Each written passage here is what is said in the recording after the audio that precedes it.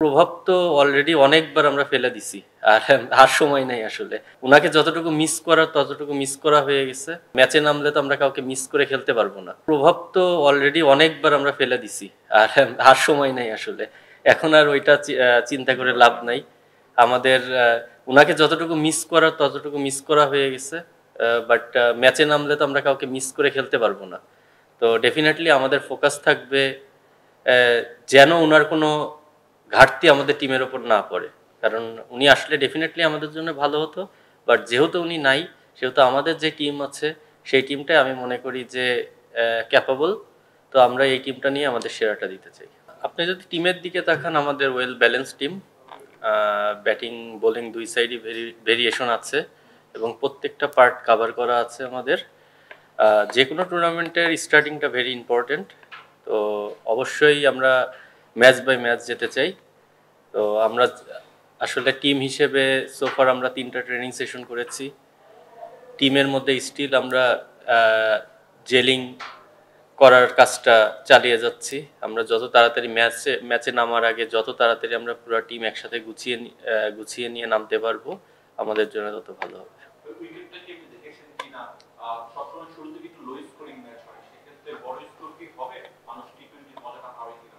আসলে আমাদের একটা অ্যাডভান্টেজ আছে, সেটা হচ্ছে কালকের ম্যাচটা আমাদের দেখার সুযোগ আছে। আমাদের ম্যাচটা হচ্ছে ডে আফটার। সো কালকের ম্যাচটা দেখলে পরে আমরা আরও ক্লিয়ারলি বুঝতে পারবো, কারণ আমরা সবাই জানি মিরপুর আনপ্রেডিক্টেবল। সো দেখতে একরকম, পিচের বিহেভ অন্যরকম থাকতেও পারে। তো কালকের ম্যাচটা দেখলে আমাদের আরেকটু বেটার আইডিয়া হবে। তবে অবশ্যই সবাই উইকেটের বিষয়টা নিয়ে অনেক কাজ করছে, সবাই এটার ব্যাপারে খুব কনসার্ন। অবশ্যই সবাই সবার বেস্টটা দিয়ে ট্রাই করছে। আশা করি যে ভালো কিছু দেখতে পাবো।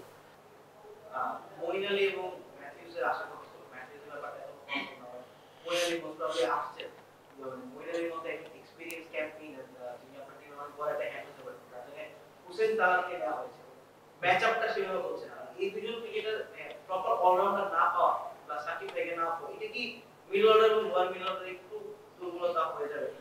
দেখেন, আমরা তো এখনো ম্যাচ খেলতেই নামি নাই।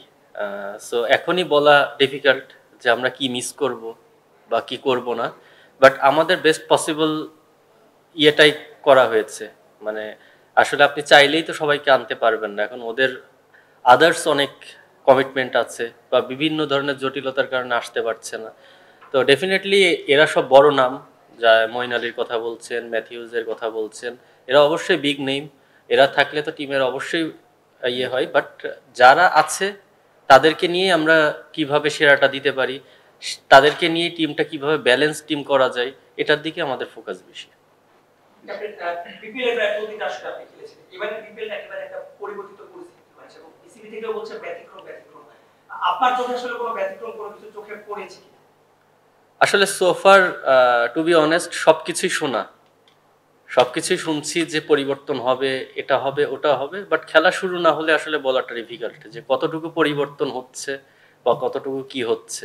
এটা আমি অবশ্যই মানে দেখতে চাই যে অবশ্যই পরিবর্তন কিছু দেখতে চাই।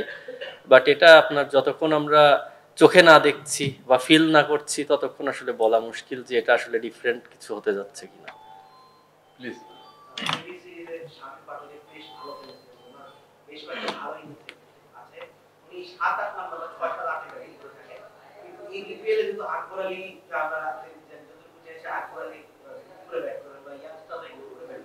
এমনকি বলতে পারে স্বামীকে একটু বেশি ওভার দিয়ে মানে 8-10 ওভার খেলার জন্য আপনি ওনাকে করে ব্যাটিং করার জন্য? হ্যাঁ, হতেই পারে। এটা সম্পূর্ণ টিম স্ট্র্যাটেজি। এটা আসলে ওকে আমরা কিভাবে ইউজ করতে চাই বা ওর কাছ থেকে কিভাবে, অবশ্যই ওর মতন প্লেয়ারের কাছ থেকে আমরা চাবো বেস্টটা নিতে।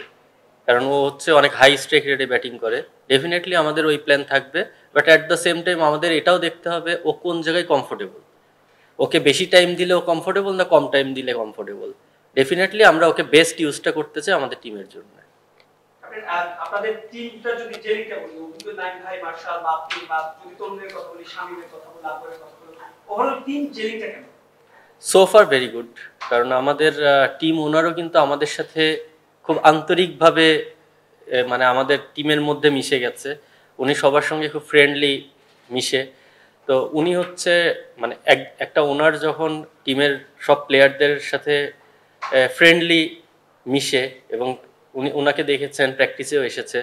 তো আমাদের কোচও অনেক পজিটিভ, আমাদের কোচিং যে স্টাফ আছে তারাও সবাই সব রকম সাপোর্ট দিচ্ছে, তাদের দিক থেকে বেস্ট সাপোর্টটাই আমাদেরকে দিচ্ছে। আর আমি বিশ্বাস করি টিমের মধ্যে যেই প্লেয়ারগুলো আছে সবাই খুব আন্তরিক এবং সবাই খুব হেল্পফুল। তো একটা টিমে যখন আন্তরিকতা আর একজন আরেকজনকে হেল্প করার মেন্টালিটি থাকে, তখন ওই টিমের পরিবেশ অটোমেটিক ভালো হয়ে যায়। একটু ব্যাড প্যাচের মধ্যে দিয়ে যাচ্ছে শরীফুল, যদি সাম্প্রতিক গেল কয়েক বছরের তুলনায় এগুলি ওর জন্য একটা চান্স কিনা ক্যাপ্টেন হিসেবে নিশ্চয়ই আপনিও মোটিভেট করবেন ওকে। হ্যাঁ অবশ্যই, ও আমাদের ফ্রন্টলাইন বোলার, ও আমাদের one of the main bowler টিমের। ডেফিনেটলি ও আমাদের অ্যাট দ্য সেম টাইম ও কিন্তু আমাদের রিটেন প্লেয়ার। সো ওর কাছ থেকে আমাদের তো অবশ্যই এক্সপেকটেশন থাকবে।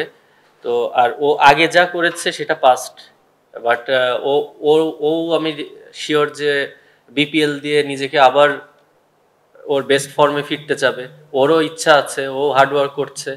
তো প্রত্যেকটা প্লেয়ারই চাই যে অতীতটা ভুলে নেক্সট কি আসছে সেটা নিয়ে ফোকাস করতে এবং ওইটাতে নিজের সেরাটা দিতে। আমি বিশ্বাস করি ও কষ্ট করছে, ও চেষ্টা করছে, ডেফিনেটলি ওর ফরে আসবে সবকিছু।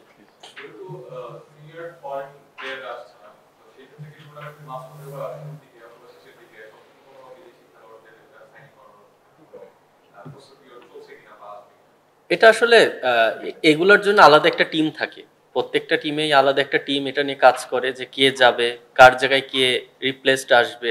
তো আমার এখন পর্যন্ত ক্লিয়ার কোনো আইডিয়া নাই। ডেফিনেটলি এটা আমাদের টিম ম্যানেজমেন্ট কাজ করছে। না, আমার ডিমান্ড তো কে কে অ্যাভেলেবেল আছে সেটাও তো ইম্পর্টেন্ট।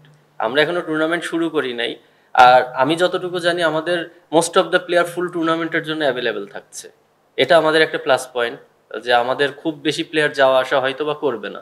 তারপরেও মিডল অফ দ্য টুর্নামেন্ট আমরা যদি ফেস করি, আমরা যদি ফিল করি যে আমাদের টিমে স্ট্রেংথ বাড়াতে আরও নতুন কিছু প্লেয়ার লাগবে, বা কে কে অ্যাভেলেবেল আছে যে আমাদের টিমের কার্যকরী হতে পারে, ডেফিনেটলি ওটা টিম ম্যানেজমেন্টের সাথে বসে ডিসকাস করব।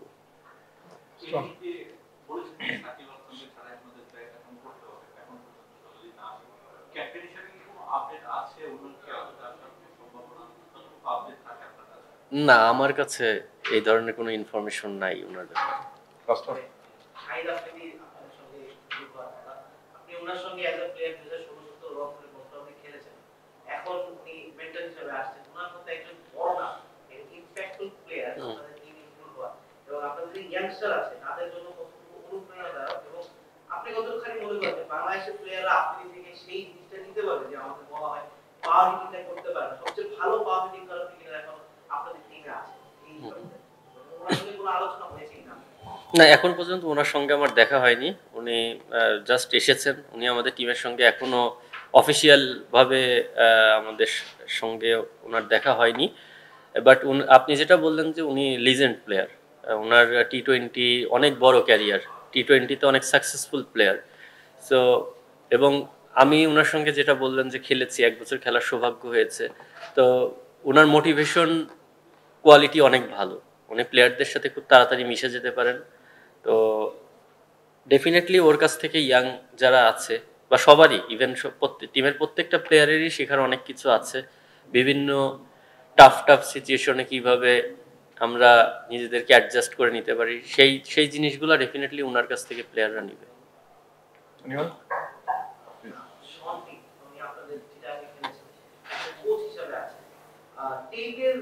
ইনভলভমেন্টটা কেমন দেখছেন? উনি কোচ হিসেবে পেশাওয়ার বিএসএলও ছিলেন, এখন বিপিএল এসেছেন, বিপিএলটা খুব ভালো মতো জানেন। তো কোচ শর্টের ইনভলভমেন্টটা কেমন? অ্যাজ আ কোচ উনি কেমন ভাবে জেল করতে পারছেন আপনাদের সাথে, বা আপনাদের ইয়াংস্টার বা আপনারা কেমন ভাবে তাকে নিচ্ছেন? দেখেন, মানে অস্ট্রেলিয়ানদের সঙ্গে আমি যতটুকু কাজ করেছি, ওরা জিনিসগুলো সব সহজ করে দেখতে পছন্দ করে, কোনো কাজ অনেক ক্রিটিক্যাল করে না। ওরা সিম্পল প্ল্যান করে, সিম্পল প্ল্যান এক্সিকিউট করার চেষ্টা করে। ওরও কাজ হচ্ছে খুবই সিম্পল, ও চেষ্টা করছে প্রত্যেকটা প্লেয়ারকে কিভাবে মোটিভেটেড করা যায় এবং ওদের কাছ থেকে ওদের বেস্টটা বের করে নেওয়া যায়। আপনি যদি একজনের উপরে অনেক দায়িত্ব চাপিয়ে দেন, তার জন্য কাজটা ডিফিকাল্ট হয়ে যায়। সো ও চেষ্টা করছে যে সবার কাজটা খুব সহজ রাখতে এবং প্রত্যেককে আলাদা আলাদা রোল দিয়ে দিতে, তাদের কাজে যেন তারা ফোকাস করতে পারে।